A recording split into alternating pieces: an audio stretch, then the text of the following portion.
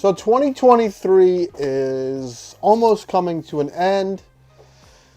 It's November. It's Halloween Eve. It's Thanksgiving Eve, and a lot of people go out on Thanksgiving Eve. I used to go out a lot. It used to be one of my favorite nights of the year when I was a big time booze hound and I could go out and party and drink it up. But now I'm an old salty toy collector. Just rambles in his garage about toys. But no, seriously, if you're going out tonight, have fun, be safe, do the right thing, call an Uber, try to get a designated driver, but enjoy your youth and enjoy these Wednesday Thanksgiving Eves to see friends coming home from college and people you haven't seen in a long time. Enjoy that shit while you can, because it's not going to be there forever. So, disappointments this year. And I can't not start with, we're going to get to the toys, trust me. This is Toy Gains. We're going to get to my disappointments in toys. But the year started with my job, and a job that I was at for 5 years, and I was promised I was going to be a supervisor. That didn't happen, and they said just wait till January when we get this new contract. And the new contract came, and we got a 10-cent raise. Such a slap in the face, and I just knew my career wasn't going to last there very long. And it was kind of sad because I put so much literal blood, sweat, and tears into being a garbage man for the city I grew up in and trying to do a better job, trying to instill programs to clean the streets, and the city wouldn't let me do it. It was really strange, and it really was disappointed me. And now I got a new job, and things are going really well. But that started the year with disappointment. Other things that aren't figure related, I'm still disappointed in HasLab, and more importantly, people that defend it. You know, I don't think it's something that is necessary for the toy collecting world. And you see, like, NECA has like life-size Gremlins for $500. Those are for like people who probably own like stores or something. They probably sell 12 a year, and they have them just sitting in their store. You can buy a Gremlin, the Flasher Gremlin, for $600. So if NECA can have stuff like that, a small company from New Jersey, you can't tell me Hasbro can't have Ant-Man just sitting on their store until it sells out forever. Give me a fucking break. I'm more mad at people that defend the HasLab than Hasbro. Super 7 as a company, still, as much as I adore that Biggie Smalls figure, they fucking suck. I got a Duke figure on clearance for $30, and then I got a Lady J in Wave 2 on sale for $30. And the quality, it looks like almost like two different companies made it. It's just garbage. Overpriced garbage. The toys aren't garbage if they were at a good price point. And Brian Flynn, he thinks he's selling to some fucking... Brian Flynn seriously thinks he's selling to high-end businessmen that love G.I. Joe. And right now, they got their fucking ads for their $85 Cobra sweatshirt, something that if you saw at Target and Walmart would be $12, and you're gonna sell me a sweatshirt for $80. Piss the fuck off, Brian Flynn. They were disappointing. They will always probably be disappointing. Every once in a while they'll bang out something cool, but F Super 7. And well, I mean, in Starfield. Oh, Starfield. I am a diehard Bethesda apologizer. I love Oblivion. I love Morrowind. I love Fallout 3. I love Fallout 4. I can even tolerate 76 now. And so I thought Starfield would just give me an exploration sci-fi space game. It's chunks of fun. Little chunks of fun. It's not cohesive. There's no, like, there should be dudes, you should go to a bar and see a guy like this. You know, and don't name him, Greedo, name him like Gleeglop, and you gotta fight Gleeglop. There's not an alien race. You can't, like, how can you go from Skyrim where there's orcs and they're red guards, and they're not aliens, they're black dudes. There's different classes and races.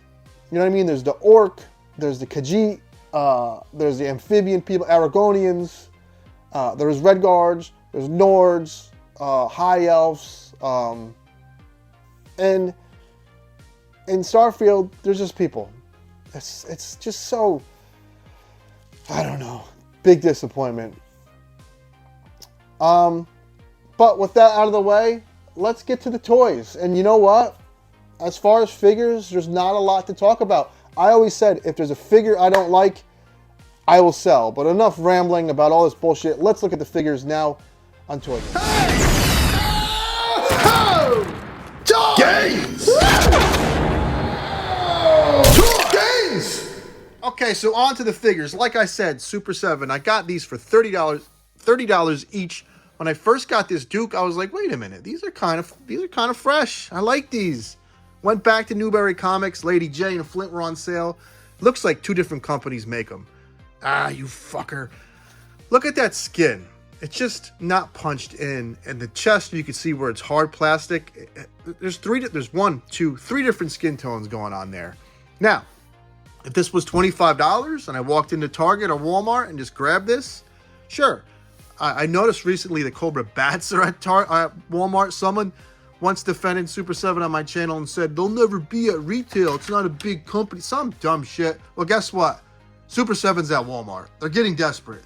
The company who bailed them out wants to make money. And that Biggie Smalls figure is excellent. The Godzilla stuff looks okay, but at $55, it's not worth it. Disappointing. One of my most watched videos this year was of this guy when I just flat out said, do not buy Mezco's '89 Batman. I stand by that. My friend got him at $100. $100 isn't bad for him, but he's not a toy. He's a rubber, weird, just rubber shit. It was so unnecessary. Everyone is trying to say they don't mind him, but everyone just kind of keeps him like that. You know? You could just buy a statue if you were going to do that. Doesn't feel like a toy. Doesn't feel like a fun thing to mess around with. I know people get him into poses. I don't touch the damn thing. He sits on my glass shelf as a disappointment, as a memory to not trust everything you see. Where's my other Keaton Batman by McFarlane? I don't even know where he is. No, he's not there. Like I said, the McFarlane Batman, oh, here he is. This may be $20, but I can F with this thing and not be afraid. It's more fun. This, if you're going to spring for a high-end Batman figure, just go with the Hot Toys Batman. They're re-releasing it. Just spring for the extra $150. It'll be so much more worth it. And while we're talking about McFarlane, I know she looks great. I know I got a lot of views on this figure. She's beautiful now. She's beautiful now. When I got her with them stupid all red legs, I was so disappointed. And I'm so glad so many other collectors have come up with ideas to fix her. But I shouldn't have to. I don't mind repainting a figure. I don't mind modding a figure. But this is 3 figures it took to make one nice one. Unacceptable. Disappointing. I'm glad she looks the way she does now. But she's one of my biggest disappointments of 2023. It just is what it is. While we're on the subject of female disappointing figures, the original White Queen that Marvel Legends put out is such a sexy, beautiful, nice figure. And then they re-imaged her. And this is just, it looks like Christina Aguilera. There's something just off about the makeup and this hard-ass plastic. You can't do anything with her arms.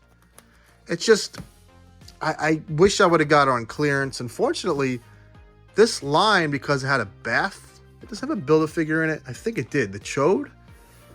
It didn't really peg warm because it had a Build-A-Figure piece, but it's very disappointing.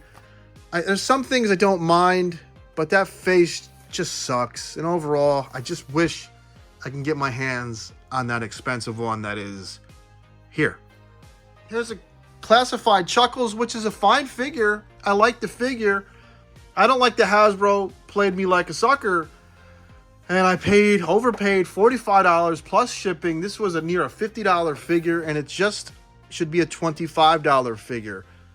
I mean, I guess shame on me, but how else was I going to get Chuckles? I needed freaking Chuckles. I was more disappointed in myself with this one, I guess. No matter, it's one of my biggest disappointments of 2023. Before I put the head on, does this look fun or interesting to you? I mean, I actually added this with tape. That's how pathetic this and boring this is. It's just a leather pants and a leather coat, but it's actually Ghost Rider, and it is such a pathetic looking Ghost Rider. He can't even look up and down. You can just look left and right because they had to have this silly flame effect thing. It just, you're not going to even use.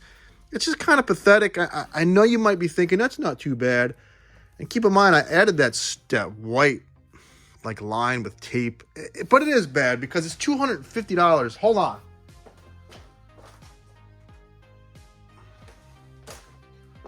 This freaking guy is $26. You needed contrast. You needed contrast. And I just don't like this thing. And you know how I know it's a disappointment? It's still sitting on Big Bad Toy Store.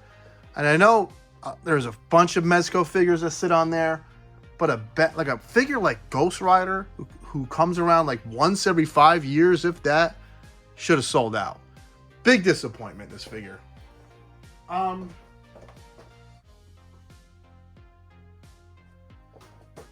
listen, that's it.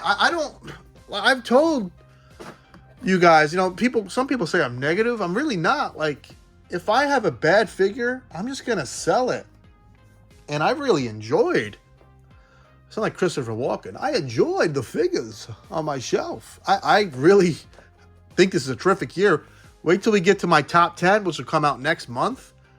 And that's all I was disappointed in 2023. Take care, have fun, be safe. Maybe Friday I'll have another video. And next month I will definitely have my top figures of the year. Take care, guys.